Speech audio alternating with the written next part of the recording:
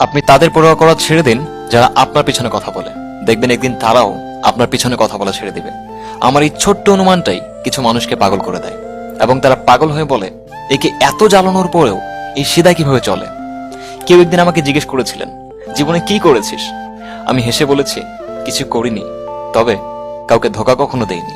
জীবন পরিবর্তনশীল, কখনো হাসায়, কখনো কাঁদায়, কিন্তু কাউকে ভুল বোঝার আগে একটা বার তার মনের অবস্থাটা বোঝার চেষ্টা করুন, শুধুমাত্র একটা বার।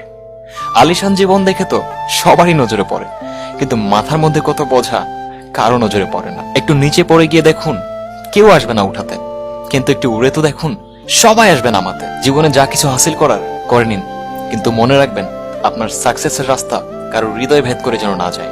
আমি জানি আপনাদের আনন্দের পরিমাণ এতটাই কম যে আপনারা হাসার আগেই তা শেষ হয়ে যায়।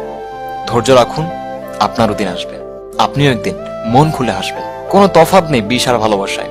বিষ পান করে মানুষ মারা যায়, আর ভালোবাসার আগুনে মানুষ ধ্বংস হয়ে যায়। আরে শুকরিয়া করুন যে কষ্ট আমরা অনুভব করি কিন্তু লিখি না, নয়তো কাগজে কষ্টের সমুদ্র হয়ে যেত।